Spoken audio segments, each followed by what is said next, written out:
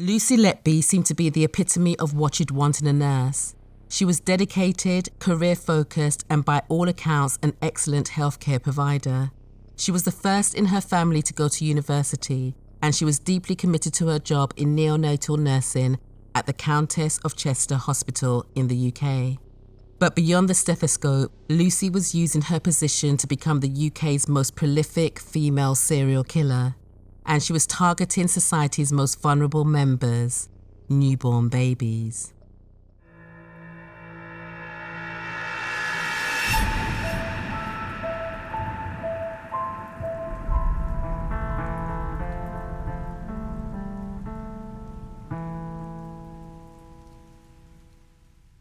Lucy had dreamed of becoming a neonatal nurse since her parents could remember. She was born prematurely on the 4th of January 1990 as the only child to her parents. It wasn't an easy delivery, and they relied on the support and professionalism of the nurses who supported baby Lucy in those early days. While Lucy had no memory of this time, the story of her parents' experience with the healthcare system seemed to instill a sense of purpose and a desire to give back to the medical community which once helped her survive. Growing up in Hereford, Lucy was a conscientious and introverted child. She excelled academically and took particular interest in the sciences. Lucy was the first in her family to attend university, and when the time came, she enrolled in nursing school at the University of Chester. During her student years, she was seen as geeky but focused, and her peers viewed her as someone deeply committed to making a difference as a nurse. Not only was she praised by her instructors for her dedication, but she was also seen as someone with a heart for helping. She volunteered in fundraising activities for the healthcare causes, and to everyone who knew her, Lucy seemed to be fulfilling her childhood dream. No one could have foreseen the dark turn Lucy's life would eventually take. Well, no one except for Lucy herself. After graduating in 2012, Lucy landed her dream job at the Countess of Chester Hospital in northwest England. In 2015, she qualified to work in the more intensive neonatal unit and was given unrestricted access to the most vulnerable newborns. A staff profile on the hospital website stated that her responsibilities included caring for a wide range of babies requiring various levels of support, and that she enjoyed seeing them progress and supporting their families. Except Lucy wasn't caring for the babies, she was killing them. And it appears her reign of terror began the day she stepped foot on the ward. The Countess of Chester Hospital first started noticing a rise in the number of infant deaths and serious incidents in 2015. At first, there were 3 unexpected deaths in a 1-month period, when there had only been 2 deaths in the entire previous year. But when hospital management first looked into the concerning trend, they failed to draw any links between the deaths and one of their own nurses. Lucy hadn't drawn the attention of management, but others working on the ward noticed something odd about the deaths. A ward manager decided to take a closer look, and she was the first to definitively note that Lucy was the only person who was present during each of the deaths. She relayed this information to her seniors at the hospital, but her words of warning were largely ignored. Then, in February 2016, several consultants who worked with neonates and their families named Lucy as the common denominator in the incidents. They too had undertaken their own investigation, and they had landed at the same conclusion. The only common factor in the deaths were Lucy. Most notably, Lucy was working the night shift at the time, and the consultants connected all of the deaths occurred overnight. The consultants identified 4 children who had been making solid progress until Lucy came on shift. Then all of a sudden, they were dead. Some of them just 90 minutes after Lucy took over their care. The doctors communicated these findings in an urgent email to the hospital's medical director. They requested that Lucy be removed from clinical duties at least until investigations into her conduct was complete. That's what should have happened. But the medical directors concluded that Lucy's presence at the deaths was coincidental, and because the consultants had classified the deaths as medical errors rather than serious incidents involved in unexpected deaths, she was simply moved from the night shift to the day shift. It will come as little surprise that after the move, the incidents started to occur during the day rather than at night. Meanwhile, the number of deaths was increasing at a rapid pace. On the 24th of June, 3 months after Lucy's shifts were changed, she was transferred to a clerical unit. But that only happened because 2 babies from a set of triplets had died the previous day, which prompted the lead neonatologist to demand that Lucy be removed from clinical duties. By then, at least 7 babies had died unexpectedly. In September of that same year, Lucy filed a grievance against her employer for being removed from the neonatal ward without explanation. The grievance was settled in her favour in January 2017. The board took it one step further when they stated that their intention was to protect Lucy Letby from these allegations, and they even offered to support her to achieve her master's degree. They also demanded that the doctors who had named Lucy in the initial complaint write a formal letter of apology, which they did in February 2017. Lucy was due to return to work on the neonatal ward in March 2017. But the consultants who had been suspicious of her since the beginning hadn't let something like a grievance or an apology letter put them off their desire for an investigation. They had consulted with an external neonatologist who agreed that the deaths required further investigation, and they organised a meeting with local law enforcement where they raised concerns about Lucy once again. Only then did a formal investigation into all of the suspicious deaths get underway. By then, they were looking at the deaths of 17 babies and the non-fatal collapses of a further 16 infants. You only need to look at the timeline of the incidents to realise how brazen Lucy was in what she was doing. Over the course of 1 year, a string of inexplicable deaths and non-fatal emergencies seemed to cluster around her shifts at the hospital. What was even more audacious was her behaviour during these events. She was often the one to alert other staff about a baby's deteriorating condition, and she would actively participate in resuscitation attempts. Her manager regularly reminded her to only be involved in the patients she was responsible for, but the investigation noted that her colleagues often saw her standing over the cribs of babies who were not under her care and who would later collapse and die. A particularly unique hallmark of these series of murders is that many of the children were twins or triplets. Lucy would murder one child, and after their death, she would feign devastation and attempt to offer comfort to the child's family. On the outside, she would cry and hug the parents, but on the inside, she was counting down the hours until she could take the life of the other twin. The investigation also revealed another disturbing trait of Lucy's killing spree. After each of the deaths, she would stalk the parents of her victims on Facebook.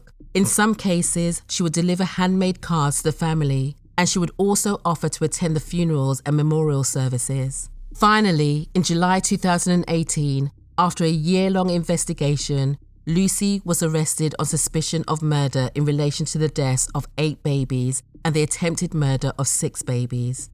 She was freed on bail 3 days later. As a result of the arrest, Lucy's own home and her parents' house were searched.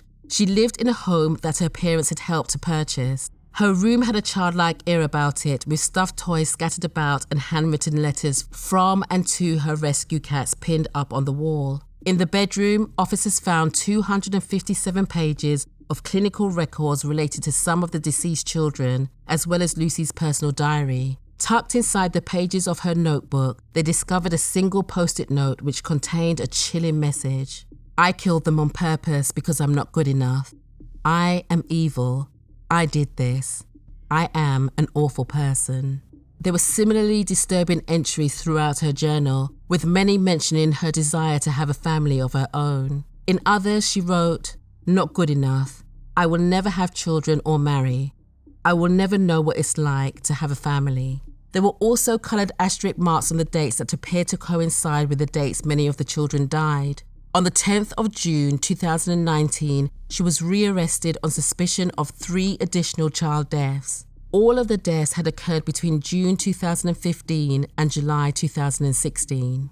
After the second arrest, Lucy was once again released on bail. Prosecutors didn't object to her bail because they needed more time to go through the significant amount of evidence that they had uncovered in the case. Ultimately, 16,571 exhibits were collected during the investigation. Despite the inquiry now stretching into its 3rd year, It took until March 2020 for the Nursing and Midwifery Council to issue an interim suspension on Lucy's license to practice nursing. On the 11th of November 2020, Lucy was formally charged with 8 counts of murder and 10 counts of attempted murder. During her plea hearing, she denied all charges against her and blamed the deaths on substandard hospital hygiene and poor staffing levels. In October 2022, Lucy's trial got underway. The prosecution opened by describing Lucy as a constant malevolent presence on the neonatal ward. They painstakingly detailed the short lives and painful deaths of each one of Lucy's alleged victims. All of the children were referred to by a single letter in the court to protect their identities. During the trial, parents of the infants who had been murdered took to the stand to express their grief and heartbreak at their loss. They highlighted the additional trauma at the fact that their deaths had come at the hands of someone who should have protected them and instead murdered them. One of the parents stated, "I don't think we will ever get over the fact that our daughter was tortured till she had no fight left in her, and everything she went through over her short life was deliberately done by someone who was supposed to protect her and help her to come home where she belonged." The jury also heard from parents of infants who were left with lifelong injuries after being left in Lucy's care. One of these children was born 16 weeks early and weighed under 500 grams at delivery. Despite the troubling start, the baby made solid progress, and when they were 13 weeks old, they were transferred to the neonatal unit, right into the arms of a killer. Lucy tried to kill the baby on 3 separate occasions by inserting milk and air into the child's medical ports. Initially, this caused the baby to vomit violently and to bleed from their throat. The subsequent incidents caused extreme brain damage from which the child would never recover. Lucy's methods in the murders were varied. In some, she injected lethal doses of insulin, and for others, she force-fed them more milk than they could handle. Many of the children showed signs of having air injected into their bloodstream. The police investigation also revealed that on a number of occasions, Lucy altered medical notes to cast suspicions on her colleagues. She changed dates and times, and she also turned off equipment which was necessary to monitor vital signs. After the deaths, she played the role of the grieving nurse, but even that came with a disturbing edge. She often approached families and offered to bathe their deceased children for them, and she was the first to volunteer to take their bodies down to the morgue for preparation. When the consultants took to the stand, they recounted how their concerns had all been ignored. One was told they shouldn't really be saying such things about Lucy and not to make a fuss. Another doctor testified that Lucy had stated just an hour before one victim died, "He's not leaving here alive, is he?" The notes from Lucy's diary were presented as confessions from a cold-blooded killer, and the fact that she had stalked her victim's family provided further insight into her disturbed psyche. But there is no more chilling insight into her cold and calculated actions than Lucy's demeanor during her police interviews. Keep in mind, this is a woman who had imagined becoming a nurse since she was a little girl. She had worked hard to finally achieve this goal and landed her dream job.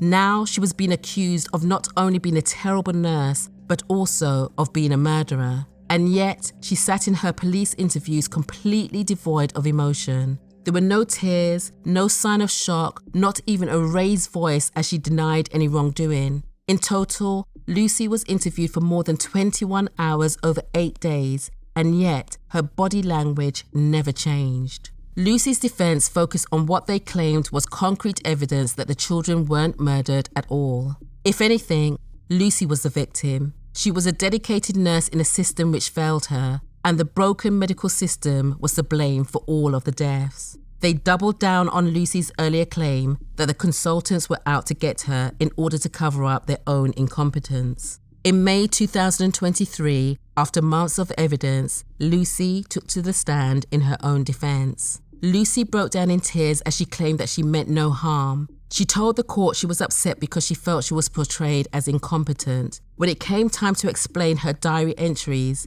she defended having written, "I am evil, I did this." She explained that she felt that if she had done something wrong, like the doctors were saying, that would mean she must be evil. She became emotional when she shared the negative toll the allegations had taken on her mental health, and she said she felt isolated and questioned her self-worth. The prosecution jumped on this reaction and pointed out an interesting fact that had revealed itself during her testimony. Lucy had shown no sign of emotion when she was asked about the babies, only when she was talking about herself, just like in her police interviews. Lucy's demeanor on the stand was heavily analysed by behaviour experts who noted that she often lost her composure when questions became too personal. She also requested multiple breaks and repeatedly contradicted herself. They found this unusual for someone who was known for her calm demeanour.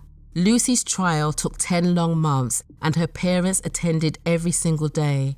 Jury deliberations took a further 10 days. Lucy Letby was found guilty of 14 out of 21 charges. 7 of the guilty rulings were for murder and 7 were for attempted murder. She was found not guilty of the attempted murder of 2 children, and the jury reached no verdict on 6 other attempted murder charges. She was sentenced to life in prison without the possibility of parole. The judge called Lucy's actions a cruel, calculated and cynical campaign of child murder involving the smallest and most vulnerable of children. There was a deep malevolence bordering on sadism. During the course of this trial, you have coldly denied any responsibility for your wrongdoing. You have no remorse. There is no mitigating factors. Her sentence makes Lucy one of only 4 women in the UK to be given a whole life order. This means she will never be released. In a cruel twist, Lucy declined to attend the sentencing hearing, which is evidently optional in the UK. This meant she didn't have to listen to the impact statements provided by the parents of her tiny victims. As a result of this choice, the Secretary of State for Justice promised that he would look into changing the law to require defendants to attend their sentencing hearing in person. In late September 2023, there will be a hearing to determine whether the Crown will pursue the outstanding charges against Lucy, which the jury were unable to reach a verdict on. Despite the trial lasting 10 long months and thousands of pieces of evidence being presented, one question remains unanswered. Why? What was Lucy's motive in murdering society's most vulnerable members? Friends who knew Lucy prior to her arrest find it difficult to reconcile the allegations that label her as the UK's most prolific female serial killer with the woman they knew. This was someone who showed affection to her parents and rescue cats, was a loving godmother to her closest friends' children, loved travelling and passionately attended salsa classes. On that point, the experts and officers involved in the case agree. Lucy was able to get away with murder for so long because there was nothing unique or exceptional about her. The lead interviewer, who spent hours questioning the killer, noted, "Lucy Letby is indescribable. If you were to walk past her in the street, there's nothing distinctive about her. She wouldn't stand out. She blended into the neonatal unit. She made friends with some of the families and colleagues, and she kept herself abreast of what was going on a day-to-day basis. She was always in the thick of it. Her life was being a neonatal nurse. Having interviewed her and spent time with her, to think she is responsible for that grief to all those parents, to think she has done this, I still can't comprehend it." Losing a child is the greatest sorrow any parent can experience. My thoughts and prayers go out to all the parents and families affected by this horrendous crime. Thanks for joining today. Your thoughts add another layer to these stories. Maybe you have some questions about this case, or perhaps there's another infamous crime you're dying to have dissected. If so, leave a comment with your thoughts below. And if you appreciate the work that goes into unearthing and narrating these complicated cases, consider hitting the like button. It helps us reach more like-minded individuals who are equally fascinated by the world of crime and justice.